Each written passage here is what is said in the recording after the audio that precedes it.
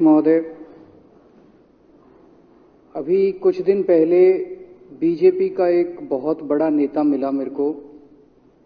उससे काफ़ी लंबी चर्चा हुई मेरी, और उसने जो जो बातें बताई वो इतनी चौंकाने वाली थी कि आप सब सुनोगे तो रोंगटे खड़े हो जाएंगे। उसने मेरे से पूछा कि केजरीवाल जी, आपको क्या लगता है मोदी जी अडानी की इतनी मदद क्यों करते हैं? मैंने कहा दोस्त हैं दोनों, इसीलिए करते हैं। कहता बस इसलिए। कहता मोदी जी ने आज तक किसी के लिए कुछ नहीं करा, अपनी वाइफ के लिए कुछ नहीं करा, अपनी मां के लिए कुछ नहीं करा, उनके भाई गुजरात में रहते हैं उनके लिए, किसी रिश्तेदार के लिए कुछ नहीं करा, राजनीतिक गुरु के लिए कुछ नहीं किया। वो अपने दोस्त के लिए इतना कुछ करेंगे, ऐसा कैसे हो सकता है? दोस्त पे इतने मेहरबान क्यों हैं? ऐसी भी क्या दोस्ती है? आज के जमाने में कौन कोई भाई के लिए कुछ नहीं करता, दोस्त के लिए कौन करता है? तो मैंने कहा फिर क्या मामला है? कहते आप खुद सोचो, इतना बड़ा क्राइसिस हुआ, हिंडनबर्ग की रिपोर्ट आई, चारों तरफ थू थू हुई, पूरा क्रैश कर गया अडानी ग्रुप। मोदी जी इतने स्वार्थी आदमी हैं कि अगर केवल मामला दोस्ती तक होता तो 2 मिनट में उसको साइड करते और कहते मेरा कोई लेना देना नहीं इससे। अभी भी उसको बचाने में लगे हुए हैं। कभी एसबीआई को कह रहे हैं इसको पैसे दो, आज अखबार में आया पीएफ वालों को भी बोला इसको पैसे दो। सारी एजेंसी अभी भी उसको पूरी तरह से उसको बचाने में लगे हुए हैं। तो मैं भी अचंभे में रह गया कि मामला तो कुछ अलग ही है। क्यों? ऐसा भी क्या दोस्त हो गया कि दोस्त डूब रहा है और फिर भी उसको पूरी तरह से इतना बड़ा पॉलिटिशियन है। पॉलिटिशियन के लिए तो परसेप्शन सबसे इंपॉर्टेंट होती है। कोई आसपास वाला अगर कहीं, वो तो आदमी कह देता है यार मेरे से मिलना बंद कर दियो कल से। वो उसको अभी भी बचाने में लगे हुए हैं। और उसने मेरे को बताया कि, मैंने कहा फिर मामला क्या है? तो कहता है जी अडानी तो केवल फ्रंट है, अडानी में सारा पैसा मोदी का लगा हुआ है। मैंने कहा ये कैसे हो सकता है? ये नहीं हो सकता। कहते हैं अडानी के अंदर सारा पैसा मोदी जी का लगा हुआ है, अडानी केवल फ्रंट है, अडानी तो केवल मोदी जी का पैसा मैनेज करता है, मैनेजर है। उसको 10%, 15%, 20% इतनी कमीशन मिलती है, बाकी सारा का सारा पैसा मोदी जी का लगा हुआ है। अगर कल को जांच हो गई, जेपीसी बैठ गई, ईडी की जांच हो गई, सीबीआई की जांच हो गई, तो अडानी नहीं डूबेगा, मोदी जी डूबेंगे। जिस दिन अडानी डूबा उस दिन मोदी जी डूबेंगे। मैंने कहा यार उनको पैसे की क्या जरूरत है? प्रधानमंत्री जी को, मोदी जी को, उनके ना आगे कोई ना पीछे कोई, उनको क्या पैसे की जरूरत है? तो कहता है सर पैसे की हवस होती है, लत होती है। कहता है इतने दुनिया में इतने बड़े बड़े अमीर आदमी हैं, उनको कोई अब और पैसे की थोड़ी जरूरत है, लगे पड़े हैं सारे, और पैसा और पैसा और पैसा। बोला हवस होती है। बोला जिस दिन अडानी दुनिया का सेकंड रिचेस्ट मैन बना था, अडानी दुनिया का सेकंड रिचेस्ट मैन नहीं बना था, मोदी जी दुनिया के सेकंड रिचेस्ट मैन बने थे। और अब मोदी जी का ख्वाब है, उनका सपना है कि वो दुनिया के रिचेस्ट मैन बनना चाहते हैं। प्रधानमंत्री तो बन गए, वो दुनिया के रिचेस्ट मैन बनना चाहते हैं। फिर उसने मेरे को एक एक करके, मैं बड़ा धीरे धीरे उसकी बातों पे, पहले तो मैं एकदम शॉक हो गया ये कह क्या रहा है कि अडानी के अंदर सारा पैसा मोदी जी का लगा है। फिर वे धीरे धीरे उसने एक एक करके बातें खोल के समझानी चालू की। कहता है मोदी जी श्रीलंका गए, श्रीलंका के राष्ट्रपति राजापाक्सा हैं। राजापाक्सा को मोदी जी ने जबरदस्ती करके वहां का विंड प्रोजेक्ट अडानी को दिलाया। क्यों दिलाया? मैं आप लोगों से पूछना चाहता हूं, आप में से कोई विदेश जाएगा तो वहां की किसी एजेंसी को जबरदस्ती करके अपने भाई को, रिश्तेदार को ठेका दिला के आओगे क्या? ऐसे कोई करता है क्या? मोदी जी ने जबरदस्ती राजपाक्षा के ऊपर प्रेशर डाल के वहां का विंड प्रोजेक्ट अडानी को दिलाया। अडानी को नहीं दिलाया, खुद लिया वो प्रोजेक्ट। वो मोदी जी का प्रोजेक्ट है, वो अडानी का प्रोजेक्ट नहीं है। और ये बात कैसे निकली? वहां का जो बिजली बोर्ड है श्रीलंका का, जैसे अपने यहां स्टैंडिंग कमेटी है असेंबली की, पार्लियामेंट की स्टैंडिंग कमेटी है, वैसे उनकी भी पार्लियामेंट की स्टैंडिंग कमेटी होती है। तो वहां पे पार्लियामेंट की, श्रीलंका की पार्लियामेंट की स्टैंडिंग कमेटी ने जब उनके बिजली बोर्ड के चेयरमैन को बुलाया और बोले तूने ये प्रोजेक्ट अडानी को क्यों दिया, तो उसने कहा जी राजापाक्सा साहब ने मेरे को बुलाया था, उन्होंने कहा मोदी जी मेरे पे बहुत प्रेशर डाल रहे हैं कि ये प्रोजेक्ट अडानी को दो। मोदी जी बांग्लादेश गए, बांग्लादेश वालों को बिजली खरीदनी थी, 1500 मेगावाट बिजली 25 साल के लिए। मोदी जी ने वो प्रोजेक्ट भी अडानी जी को दिला दिया। अडानी को नहीं दिलाया, मोदी जी ने वो प्रोजेक्ट खुद लिया। 25 साल तक 1500 मेगावाट बिजली खरीदने का प्रोजेक्ट बांग्लादेश का, वो भी मोदी जी ले आए अपने नाम पे। इजराइल गए, इजराइल के साथ भारत ने कई सारे रक्षा सौदे किए, रक्षा सौदे, वो सारे के सारे रक्षा सौदे अडानी को दे दिए। अडानी को नहीं दिए, मोदी जी ने खुद लिए। अभी 2-3 साल पहले 6 एयरपोर्ट की नीलामी हुई प्राइवेटाइजेशन के लिए, सरकार ने उनकी नीलामी करी, भाई प्राइवेट प्लेयर आके लो। उसमें एक कंडीशन थी कि उसी को दिया जाएंगे ये एयरपोर्ट जिसने पहले एयरपोर्ट का काम कर रखा है। हर सरकारी ठेके में होती है, हम सड़क बनाते हैं, कहते हैं भाई सड़क, जिसको ठेकेदार को सड़क बनाने का एक्सपीरियंस है उसी को दिया जाएगा। हम बिल्डिंग बनाते हैं, हम कहते हैं भाई ये पानी के वाटर ट्रीटमेंट प्लांट लगाते हैं, हम कहते हैं भाई जिसने WTP वाटर ट्रीटमेंट प्लांट इतने लगा रखे हैं उसी को दिया जाएगा। हम सीवेज ट्रीटमेंट प्लांट बनाते हैं, हम कहते हैं जिसको 20 साल का एक्सपीरियंस है, 15 साल का है, उसी को। इसमें भी ये कंडीशन थी कि जिसने इतने साल तक एयरपोर्ट चलाने का काम कर रखा उसी को दिया जाएगा। अब अडानी ने तो कर नहीं, मोदी जी ने तो कर नहीं रखा था, अडानी ने तो कर नहीं रखा था, तो क्या करते? आखिरी मोमेंट पे वो कंडीशन हटा दी गई, बोले कोई एक्सपीरियंस की जरूरत नहीं है। 6 एयरपोर्ट नीलामी पे थे, 6 के 6 एयरपोर्ट अडानी को दे दिए। अडानी को नहीं दिए, मोदी जी ने वो खुद 6 के 6 एयरपोर्ट खुद अपने नाम कर लिए। आज 2021 नवंबर में एयरपोर्ट टेक ओवर किए, 2023 1.5 साल हुआ है।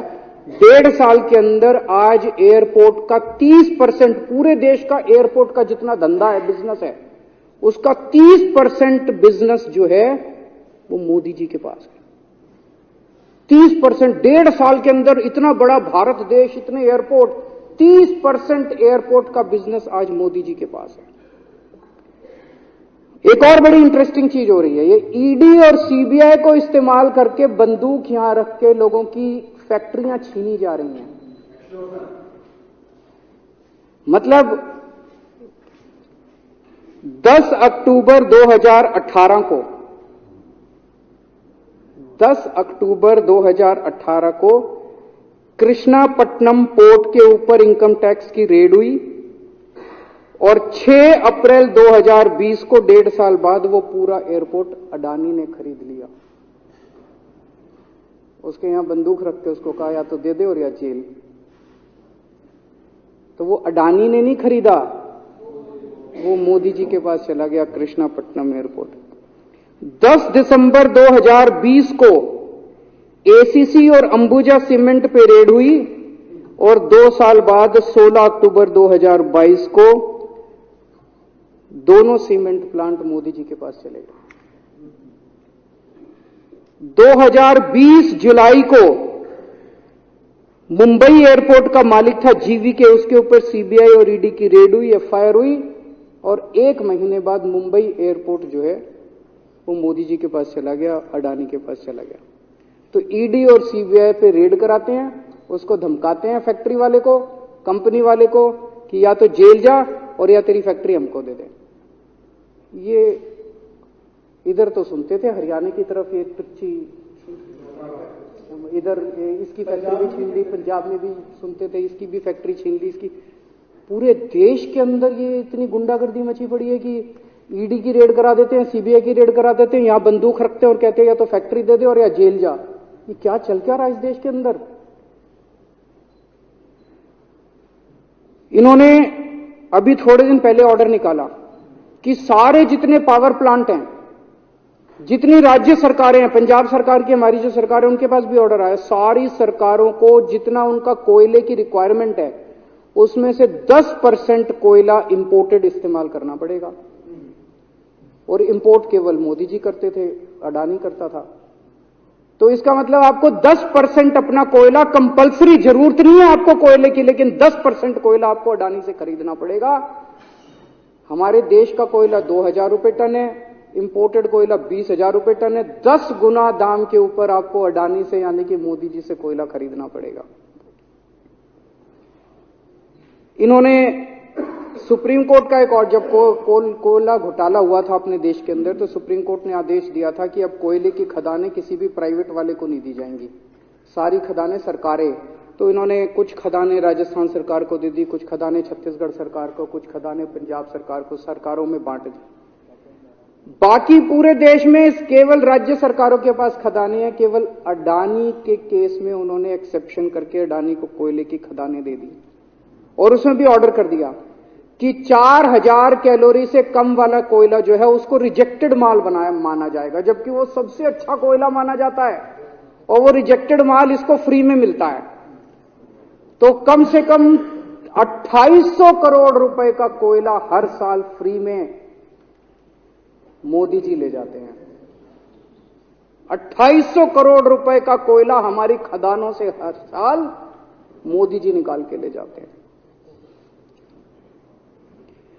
2014 में, अभी जो अतिशी जी ने कहा, 2014 में अडानी जी की यानी कि मोदी जी की जायदाद 50,000 करोड़ की थी। 7 साल बाद इनकी जायदाद हो गई 11.5 लाख करोड़। मोदी जी इतना पैसा लेके कहां जाओगे? 11.5 लाख करोड़ रुपए की जायदाद, 7 साल में इतना लूट लिया आपने देश को। 2014 में 609 नंबर पे थे, अब ये सेकंड रिचेस्ट बन गए, अब रिचेस्ट बनना चाहते हैं ये तो। लेकिन कुदरत है, कुदरत तो बड़ी ताकतवर है। किसने सोचा था एक दिन हिंडनबर्ग रिपोर्ट आएगी और 24 घंटे के अंदर सारा तहस नहस हो जाएगा। 1947 से लेके 2014 तक 67 साल में भारत देश ने, सारी सरकारें जितनी आई सबने मिलके 55 लाख करोड़ रुपए का कर्जा लिया था भारत सरकार ने। 2014 से 2022 7 साल के अंदर 85 लाख करोड़ रुपए का कर्जा ले लिया, दुगने से भी ज्यादा। जितना 67 साल में लिया था उतना 7 साल में ले लिया। ये पैसा गया कहां? ये पैसा गया कहां? ये सारा इनकी जेब में गया। तो मैं जनता को कहना चाहता हूं, आप तो जीएसटी देते हो, अपने बच्चों का पेट काट के टैक्स देते हो, दूध पे, दही पे, हर चीज पे जीएसटी देते हो। वो जीएसटी का पैसा जाता है जनता की उसमें खजाने में, वहां से वो जाता है अडानी के खजाने में और वहां से वो जाता है मोदी जी के खजाने में। दोनों हाथों से लूट मची हुई है, पूरे देश को लूट रहे हैं प्रधानमंत्री जी, मोदी जी पूरे दोनों हाथों से लूट रहे हैं। कोयला लूट रहे हैं, एयरपोर्ट लूट रहे हैं, सड़कें लूट रहे हैं, बिजली लूट रहे हैं, पानी लूट रहे हैं, कुछ नहीं छोड़ा, सब कुछ लूट रहे हैं। जितना कांग्रेस ने 75 साल में नहीं लूटा, उससे 10 गुना इन्होंने 7 साल के अंदर, 8 साल के अंदर लूट लिया देश को। अडानी का क्या रोल है इसमें? मोदी जी कम पढ़े लिखे हैं, उनको समझ नहीं है कि करना क्या। अडानी आके बताता है पैसा यहां लगा लो, इस देश में चलते हैं, वहां की ये कंपनी खरीद लेते हैं, ईडी को और सीबीआई को इसके पीछे लगा दो। वो सारा मैनेजमेंट करता है, दिमाग उसका, पैसा मोदी जी का। उसके बदले में उसको पता नहीं 10%, 15%, 20% कितनी कमीशन मिलती है, लेकिन दिमाग सारा अडानी का है। और मेरे को ज्यादा चिंता इस बात की है अध्यक्ष महोदय, प्रधानमंत्री जी कम पढ़े लिखे हैं, उनको कम समझ में आता है। लोग आके उनको कुछ ना कुछ कहीं भी जाते हैं या कोई विदेश से आता है, उसके जो भी विदेश से नेता आता है या कहीं जाते हैं तो दो ही कंडीशन होती है। एक तो उसको कहते हैं भाई गले मिल ले, तो फोटो खिंचा ले, गले मिल ले, फोटो खिंचा ले, पार्क में घूम ले, तो वो फोटो खिंचाने के लिए उसको कहा जाता है भाई फोटो खिंचा ले, फोटो खिंचाने के। और दूसरा उसको कहा जाता है भाई अडानी को ये ठेका दे दे, अडानी को ये ठेका दे दे। और कोई किसी कईयों को कहते हैं तारीफ कर दे, कोई आके कुछ नेता आके कहते हैं ना मोदी जी तो दुनिया के सबसे लोकप्रिय नेता है। उसने क्या लेना देना मोदी जी दुनिया के सबसे लोकप्रिय, वो आके क्यों कह रहा है? बदले में वो देश, ये जो गोरे हैं ना, बहुत चतुर हैं, बहुत चालाक हैं। ये ऐसे इतने भोले वाले नहीं है कि यहां पे आए और कह गए मोदी जी दुनिया के, वो पता नहीं किस किस चीज पे साइन करा के ले जाते हैं, पता ही नहीं चलता बदले में क्या साइन करा के ले जाते हैं। यही हुआ था 17वीं 18वीं सदी के अंदर हमारे देश में। वो ईस्ट इंडिया कंपनी वाले आते थे, उस टाइम के हमारे राजे महाराजे भी ऐसे ही अनपढ़ होते थे, उनको कुछ अकल होती नहीं थी। उनके राज्य, उनके दरबार में आते थे, उनकी तारीफ करते थे, खूब तारीफ करते थे, और पता नहीं किस किस चीज पे साइन करा के ले गए। 100 साल के अंदर पूरा देश अंग्रेजों ने कब्जा कर लिया। वही हाल अब हो रहा अपने देश का कि हमारे कम पढ़े लिखे प्रधानमंत्री हैं, पैसे की हवस है, और मतलब जो भी आता है 2 लाइन उनके उसमें बोल दे, गले मिल ले, पार्क में घूम ले, अडानी को 2 कंपनियों का ठेका दे दे, बदले में पता नहीं देश का क्या क्या बेच दिया इन लोगों ने। बहुत चिंता है हम लोगों को देश की इस वक्त, जिस दौर से देश गुजर रहा है। मुझे लगता है कि आजादी के बाद से सबसे भ्रष्ट प्रधानमंत्री अगर कोई हुए हैं जिन्होंने देश को इतना लूटा है, तो वो आज मौजूदा प्रधानमंत्री हैं। और उसके ऊपर कम पढ़े लिखे हैं, उनको कुछ पता नहीं, कोई कुछ भी उनसे साइन करा के ले जाता है, किसी को कुछ पता नहीं चलता। मैं संजीव झा के प्रस्ताव का समर्थन करता हूं।